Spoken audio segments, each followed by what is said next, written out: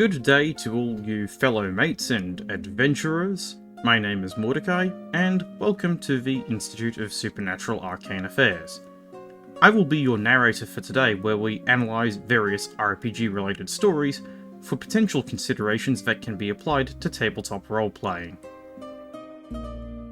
I can honestly see a fair case for arguing that one of the hardest tricks to pull off at the table is being able to seamlessly integrate a new player and character into an already existing campaign, especially since it can easily go wrong depending on several factors, including how the general vibe of the table is, what topics the campaign is about, and also if the new player is a good fit for the table. In the cases where this all goes well, the rewards can be well worth it, particularly if the new player is on board with making sure that the game remains fun for everyone above all else.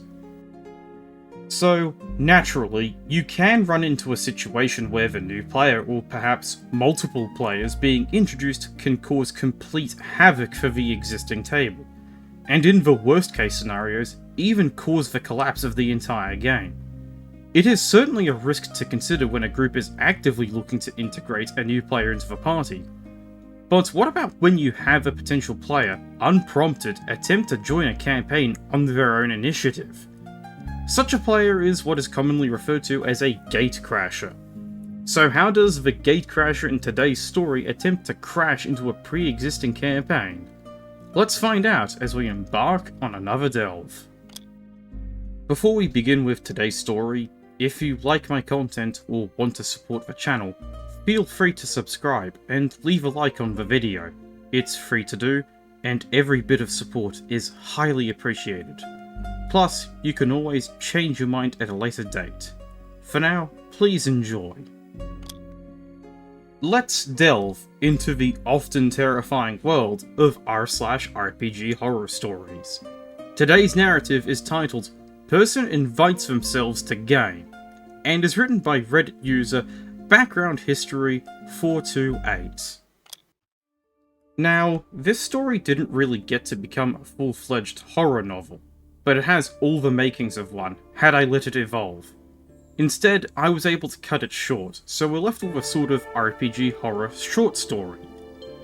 Let's start with the obligatory disclaimers.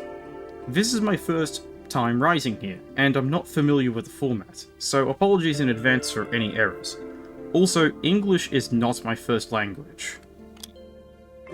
I've been running a Dungeons & Dragons 5th edition Ghosts of Saltmarsh campaign for a group of my friends for about 3 years now. Scheduling conflicts and the pandemic destroyed our ability to meet up for a while, and playing online was sadly not an option. The one time that we did try it, we found it to be a poor imitation of the fun we had playing in person. Thankfully, both work schedules and the pandemic are much better now, and we play about once a month. Unfortunately, this is as good as it gets between adult lives and most of us running 2 jobs and other factors that play into it. It was also my first time being a dungeon master, and we got off on a bit of a rocky start with me being extremely nervous, double-checking everything, and constantly backtracking at first. Most of my friends/players were also newbies, so they were slow to get started with role-playing until they learned the ropes. The bright side of that, for me, was that they were so inexperienced they thankfully didn't realise how bad I was back then. Together though, we found a way for everyone involved to have fun and be engaged as much as possible, but I digress. A few months ago, my husband, who also plays in this group, decided he wanted to make some dice boxes for the rest of the players. I do a bit of wood burning as a hobby on the side, so we decided to have a logo created about the group and to create the dice boxes with that. I have a colleague who is a massively talented artist, so I thought, who better to commission? I commissioned the artist, giving her a few pointers on the central themes. This is important for the rest of the story. I just told her the campaign takes place at a seaside town and the surrounding areas, so nautical themes for the logo would be much appreciated. She makes the logo, sends it over. I find myself loving it. We have the dice boxes made and the wood burned. The players receive them for Christmas. Everyone loves them. We keep playing Dungeons & Dragons and enjoying ourselves. And now for the horror story part. I'm sitting at my desk at work a couple of days ago, poring over my Excel spreadsheets, and there's a knock at the door. It's my colleague who made the logo. I haven't seen the artist in a while since she works from home most of the time. She's just there to pick up some stuff, and she's brought her boyfriend to meet me. Cue the boyfriend. "Hi, I'm John. I've been wanting to come to this place for so long and meet you and learn about this mystery campaign at Artist's Work that I've been hearing so much about. Not inviting myself to your game or anything, but here's this character I made. He's a water genasi with a sailor background. I have a story and everything, and it's right here on my phone. Here, read it." At this point, I'm so stunned I can't think straight. I was very focused on my work when they walked in, and the interaction with the artist was less than 10 seconds before this monologue.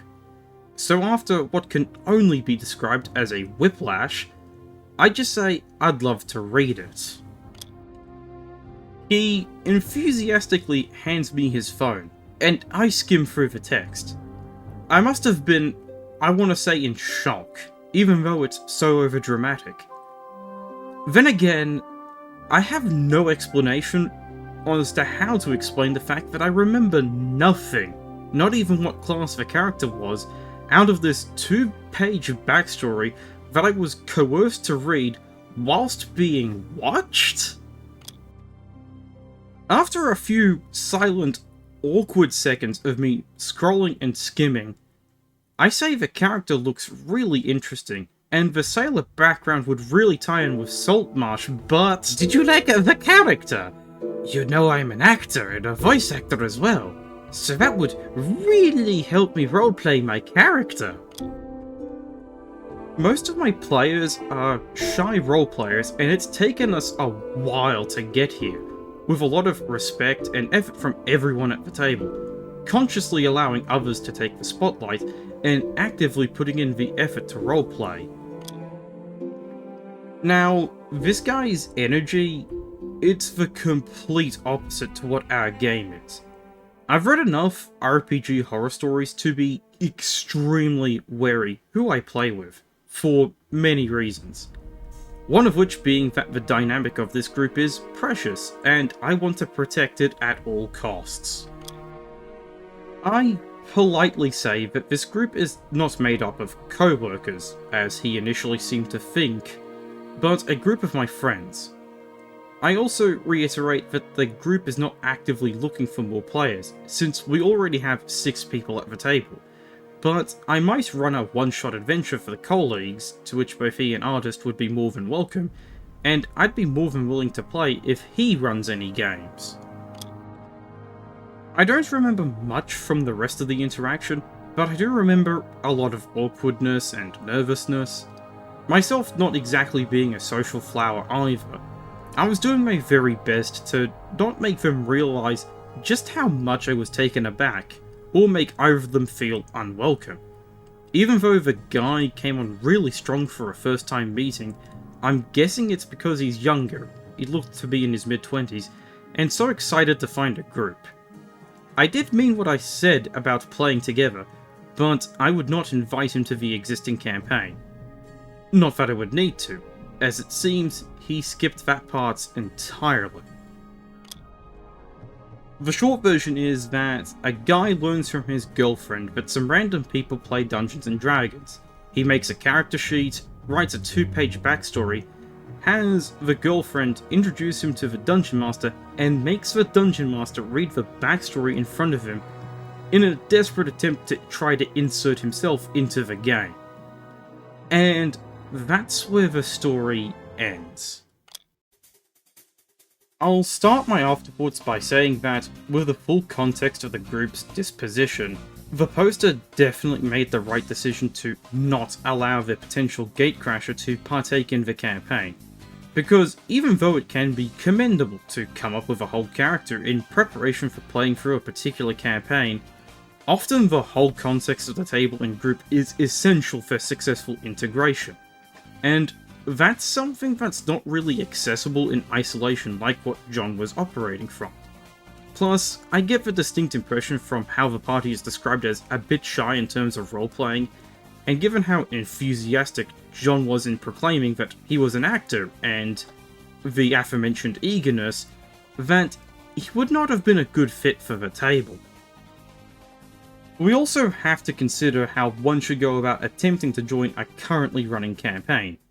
In general, it is a good practice to reach out to the Dungeon Master to ask about what the table is like to play with, what the party as a whole is comfortable with in terms of interactions and acceptable topics, and if there is room at the table for new players, before figuring out the specifics of the character to be played. On the other hand, approaching the Dungeon Master with a ready-made character and attempting to brute force your way into said campaign is one of many potentially wrong or incorrect ways to go about joining an existing campaign. It can come across as rude and arrogant, and this can also result in the Dungeon Master being completely stunned and shut down in response, which will result in one not joining the campaign, since it can be a result of the dreaded main character syndrome, but I do confess that last part could be baseless speculation on my end. So, what can we do if we find ourselves in a similar situation? The most obvious and easy answer is definitely to say no. However, there is some room for flexibility in approach depending on the context. If the party is looking for a new member to add, a miniature session 0 with the new player is a great way to assess the compatibility of the newcomer, whilst also building their character to integrate into the party. And if the new person waves a lot of red flags, it becomes a valuable opportunity to identify these issues to them, so they can hopefully avoid them in future campaigns they may want to participate in. That way, they have a chance of understanding what they did wrong, and what they can do differently the next time they want to try to join in a campaign. Perhaps someday, players like John can learn from this story, and find the right group for themselves. Thank you for watching the video. If you enjoyed my content and would like to see more, feel free to subscribe and give the video a like. It's free to do, and every bit of support is highly appreciated. Plus, you can always change your mind at a later date. And with that, I shall see you all next time.